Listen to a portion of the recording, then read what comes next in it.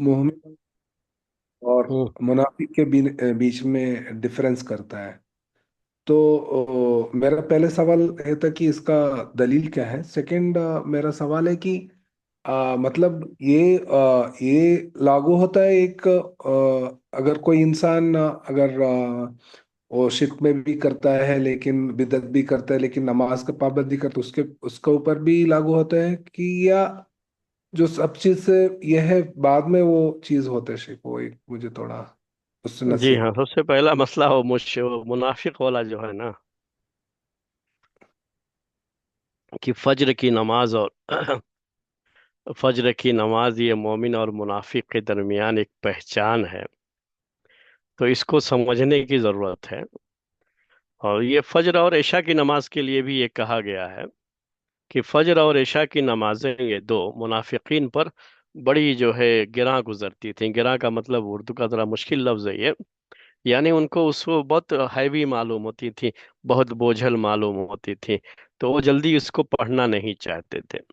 तो चूंकि वो सारी नमाजें मुनाफिकीन के दिलों में ईमान नहीं था ना, तो वो नमाज दिखाने के लिए पढ़ते थे। तो होता ये था कि उस जमाने में चूंकि लाइटिंग का तो नहीं था हिसाब,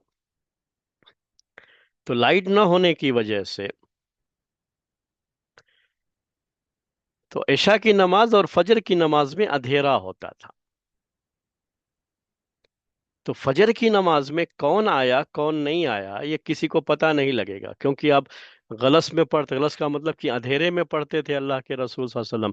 बहुत उजाला होने के बाद फजर की नमाज नहीं पढ़ते थे।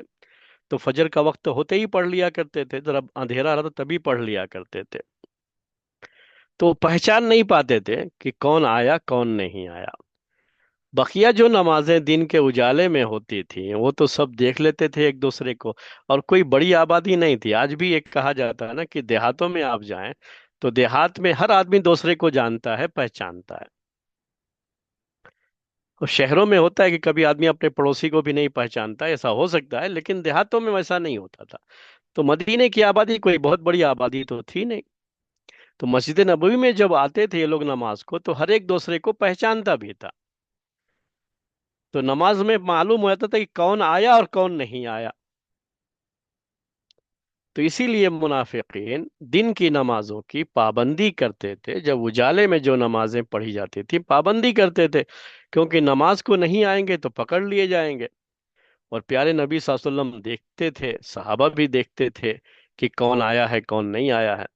अगर कोई कई दिन तक नजर ना आए तो बाकायदा अल्लाह के रसूल सल्लल्लाहु अलैहि वसल्लम पूछते थे कि आदमी कहाँ है, क्या बात है, बीमार तो नहीं है। तो ये चीज होती थी उस जमाने में। तो फजर और इशा में ये चीज नहीं होती थी, क्योंकि अंधेरा होता था तो नहीं पता लगता था कौन आया कौन नहीं आया। तो मुनाफिकीन इन दो नमाजों में हाजिर नहीं होते थे। तो फजर की नमाज में वो हाजिर नहीं होते थे मुनाफिकीन। इसीलिए वो सहाबा को एक पहचान हो जाती थी कि जो फजर की नमाज में नहीं आते थे समझ जाते थे कि ये मुनाफिकीन में से है। तो ये असल वो पहचान की बात है। आज के दौर में उसको लागू मत करने लगिएगा, ये बड़ा मसला होता है बाज लोगों का। बाज हदीसों को समझने में वो सही तरीके से नहीं समझ पाते हैं, तो गलत जगह पर उसको फिट कर देते हैं। अब आज कोई आदमी नमाज तो पढ़ता है लेकिन फजर में नहीं आता तो हम कहेंगे वो मुनाफिक है, तो ये गलत चीज हो जाएगी। नहीं, ऐसा नहीं है। हो सकता है कि वो किसी वजह से ना आया हो सकता है कि वो जो है उसकी आंख न खुलती हो, या हो सकता है कि रास्ते का मसला हो, उसके घर का मसला हो, कोई भी चीज जो है इस तरह की हो सकती है जिसकी वजह से वो नहीं आया। निफाक की वजह से नहीं आया है ऐसा मसला नहीं है। तो आज के दौर में ये कोई जरूरी नहीं है कि वो चीज हो। तो ये पहले उस दौर को समझना होता है आपको। अब मसला उसके बाद नमाज पढ़ने का है, कि ऐसे लोग जिनके यहाँ बिदअतें होती हैं वो सब चीजें होती हैं वो नमाज पढ़ते हैं।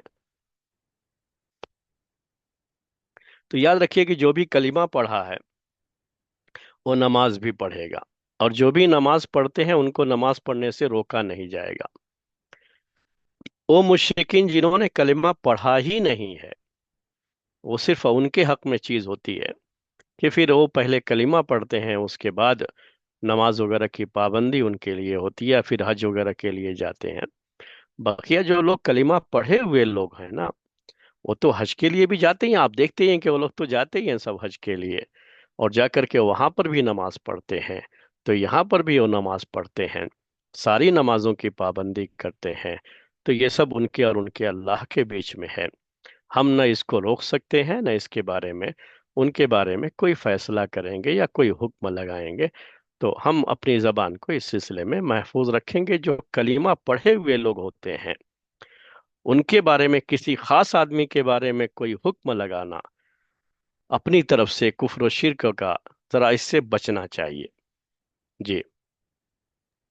जजाकल्लाह खैरन शेख।